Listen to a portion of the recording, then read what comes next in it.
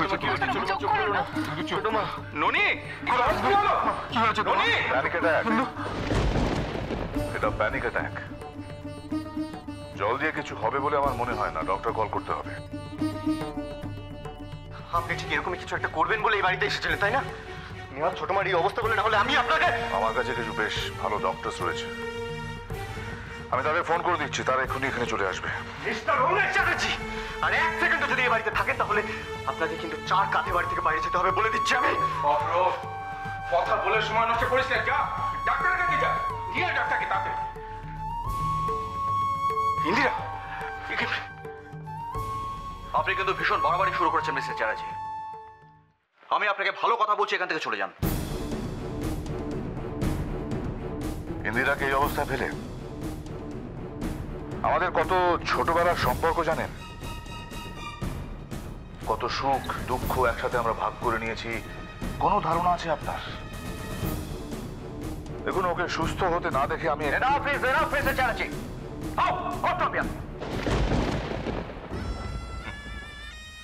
চলেই তো যাচ্ছিলাম, কিন্তু আচ্ছা, আমার জায়গায় যদি আপনার কোনো কাছের মানুষের এরকম কিছু হতো তাহলে কি করতেন আপনি?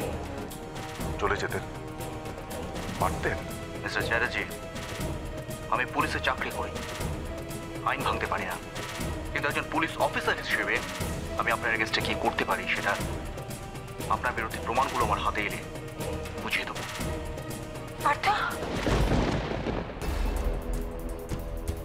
এই লোকটা এখানে কি করছে? ছোট বৌদি, কি হচ্ছে? ছোট বৌদি, ছোট বৌদি, এই তো ছোট মা চোখ খুলেছে, জ্ঞান হয়েছে। নিখিল, নিখিল ওকে ঘরে নিয়ে যা, যা শুয়ে দে ওকে। চলো ছোট মা, তুমি ঠিক আছো? তোমার কিছু হয়নি তো? কি হয়েছে আমার? নিখিল, যা না, ওকে নিয়ে যা, ঘরে নিয়ে যা। বাবা, ওই তো ডক্টর এসে গেছে। চেয়ার নিয়ে আয়।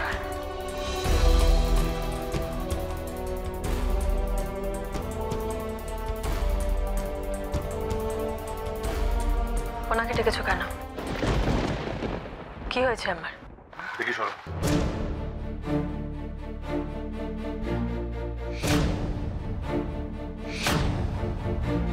ডাকবে না কেন? তোমার এই অবস্থা দেখে আমার নিজের টেনশন হচ্ছিল, আর এরা সকলে তো তোমার নিজের লোক। থ্যাংক গড যে তোমার মেজর কিছু হয়নি।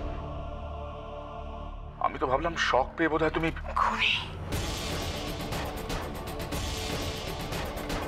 খুনি,